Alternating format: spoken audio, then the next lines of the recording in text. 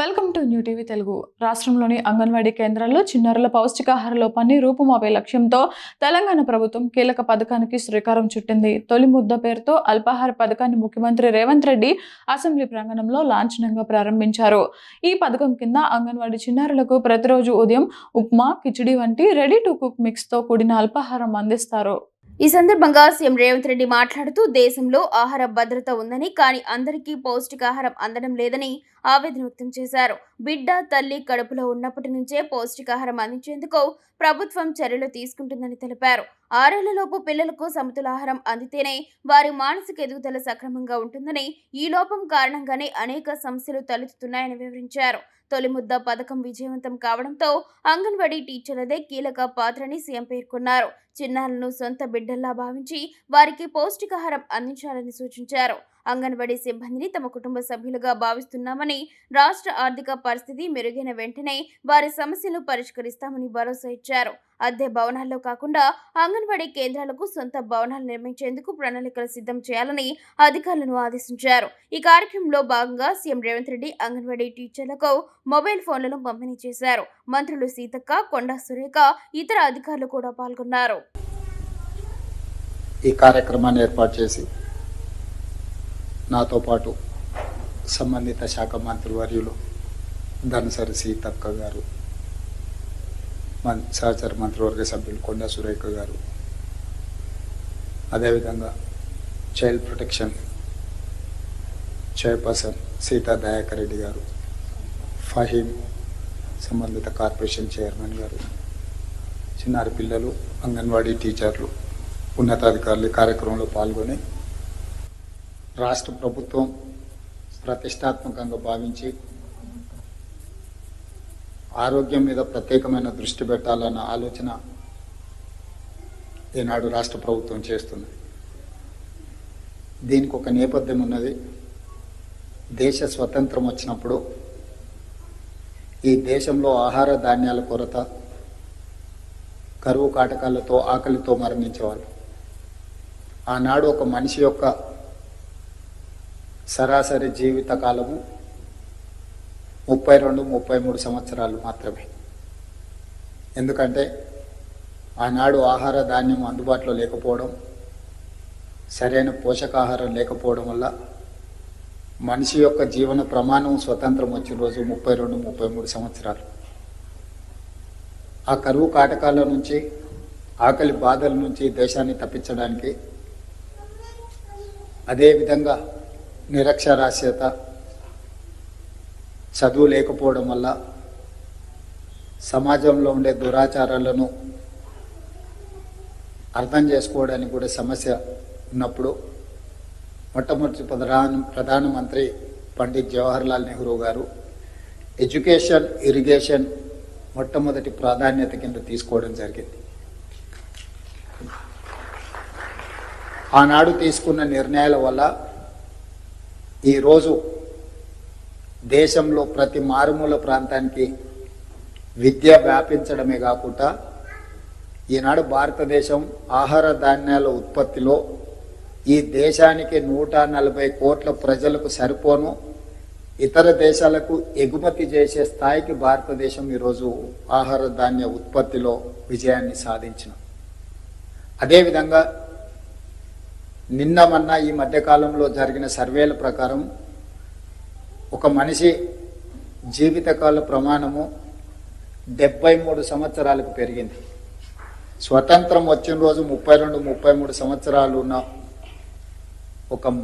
ఒక మనిషి సగటు జీవితకాలము ఈరోజు 72-73 సంవత్సరాలకు పెరిగింది అని అంటే ఈరోజు ప్రజలందరికీ ఆహారం అందుబాటులోకి రావడమే కాకుండా ఆరోగ్యం పట్ల అవగాహన పెరగడంతో మన జీవనకాలం పెరిగింది. అయితే ఇది కూడా సరిపోదు. మనం సరాసరి 100 సంవత్సరాలు మనిషి బ్రతకడానికి అవసరమైన ప్రమాణాలతో ఈరోజు మనం జీవించాలి అని అంటే చిన్న పిల్లలకు పౌష్టికాహారం ఇవ్వాలి. ఈరోజు ఆహారానికి ఎవరికి ఇబ్బంది లేదు, కానీ పౌష్టికాహారం అవసరం ఉన్నది. ఈరోజు ఫుడ్ సెక్యూరిటీ ఉంది, కానీ న్యూట్రిషన్ ఫుడ్ లేదు. అందుకే ఈరోజు ప్రభుత్వము తల్లి గర్భం దాల్చినప్పటి నుంచి మదర్గా తీసుకోవాల్సిన జాగ్రత్తలు, గర్భంలోనే ఉన్నప్పుడు పిల్లలకు ఏ రకంగా పౌష్టికాహారాన్ని అందించాలి, ఏ రకంగా తల్లి జాగ్రత్త తీసుకుంటే కడుపులో ఉన్న బిడ్డ ఆరోగ్యవంతంగా పెరుగుతుంది, పుట్టిన తర్వాత వాళ్ళు ఇంకా వాళ్ళ ఆరోగ్యాన్ని మెరుగుపరచాలి అంటే పౌష్టికాహారం ఏ విధంగా అందించాలి, ఈరోజు ఈ అన్ని అంశాలను మనం చర్చించి పుట్టబోయే బిడ్డకు తీసుకోవాల్సిన జాగ్రత్తలు, పుట్టిన తర్వాత బిడ్డ యొక్క ఎదుగుదలలో తీసుకోవాల్సిన జాగ్రత్తలు, ఎదిగిన బిడ్డలకు చదువు, సంస్కారము, సమాజంలో గౌరవం ఏ విధంగా తీసుకురావాలి, వీటన్నిటి మీద కూడా ప్రభుత్వం ప్రణాళికబద్ధంగా ఆలోచన చేసి ఇలాంటి కార్యాచరణలు అన్నిటినీ తీసుకుంటున్నాం. అయితే ప్రభుత్వం ఎంత మంచి ఆలోచనతోని ఎంత మంచి కార్యక్రమాన్ని తీసుకొచ్చినా దీన్ని అమలు చేసే క్షేత్రస్థాయి సిబ్బందే ప్రభుత్వం యొక్క గుర్తింపు, గౌరవం. ఈరోజు ఇంత మంచి ప్రణాళికలు సీతక్క గారు, కొండా సురేఖ గారు, లేకపోతే నేను ఎవ్వరు ప్రణాళికలు రచించిన మా అధికారులు అందరూ కూడా అనితా రామచంద్రన్ గారి నుంచి అధికారులందరూ ప్రణాళికలు రచించిన చివరికి ఇది అమలు చేయాల్సింది అంగన్వాడీ టీచర్లు మాత్రమే. ఈ ప్రభుత్వం గురుతర బాధ్యతను మీ మీద పెట్టింది. మీ మీదనే నమ్మకము, విశ్వాసం. మీరైతేనే ఈ కార్యక్రమాన్ని పకడ్బందీగా అమలు చేసి పేదల ఆకలితో పాటు గర్భం దాల్చిన తల్లి యొక్క ఆలోచన, ఆకలిని మీరు అమ్మగా అర్థం చేసుకుంటారని, మహిళగా మీకు ఆ సమస్యల పట్ల అవగాహన ఉంటుందని, ఈ పిల్లల్ని అందరినీ మన గ్రామంలోనో మన వీధిలోనో ఉండే పిల్లల్ని మన సొంత పిల్లలను ఏ విధంగా మనం చూసుకుంటామో అంగన్వాడీ కేంద్రాలలో ఆయాలు కానీ టీచర్లు కానీ వాళ్ళ పట్ల ఆ శ్రద్ధ వహించి వాళ్ళకు అవసరమైన మెరుగైన జీవన ప్రమాణాలను అందించడానికి మీరు ప్రయత్నం చేస్తారని, మీరు చేస్తున్న ప్రయత్నం ఈరోజు సమాజంలో ఎంతో ఉపయోగపడి 33 సంవత్సరాలు మనిషి జీవిస్తాడు అంటే ఈరోజు 73 సంవత్సరాలకు పెరిగింది అంటే ఇందులో మీ శ్రమ ఎంతో ఉంది. భవిష్యత్తులో మీకు అవసరమైన అవసరాలను తీర్చడానికి కూడా ప్రభుత్వం స్పష్టంగా ఆలోచన చేసి కార్యాచరణ తీసుకొని ముందుకు వస్తుంది. ఎక్కడైనా ఏదైనా అమలు చేసే క్రమంలో కొంత ఆలస్యం జరగవచ్చు, కానీ అవకాశం రాకుండా పోదు. మీ సమస్యలు ఏమున్నా కూడా ఎప్పటికప్పుడు సీతక్క మీతో చర్చిస్తూనే ఉంది. ఈ ప్రభుత్వం కూడా ఏమాత్రం ఆర్థిక వెసులుబాటు కలిగినా మొట్టమొదట మీలాంటి తల్లులను, ఈ పిల్లలను క్షేమంగా చూపించే అంగన్వాడీ వర్కర్సు, అంగన్వాడీ టీచర్ల విషయంలో ఈ ప్రభుత్వం కుటుంబ సభ్యులుగానే భావించి మీ సమస్యలను పరిష్కరించి ఈరోజు మీకు అందుబాటులో సెల్ ఫోన్ తీసుకొచ్చిన, రేపు గ్రామాలలో కిరాయి భవనాలలో ఉన్న వాళ్ళని మీరు అందరినీ సొంత భవనాలలోకి మార్చాలన్న కార్యాచరణ రాబోయే 3 సంవత్సరాలలో రాష్ట్రంలో ఎక్కడ కూడా అద్దె భవనాలలో అంగన్వాడీ కేంద్రాలు నడవడానికి వీల్లేదు. 100% సొంత భవనాలకు తరలించడానికి అవసరమైన కార్యాచరణ నిధులను రాష్ట్ర ప్రభుత్వం కేటాయిస్తుంది. మీరు ఆ కార్యాచరణను సిద్ధం చేసుకోండి. మీకు అందరికీ తెలుసు అడగంది అమ్మాయిన పెట్టదని.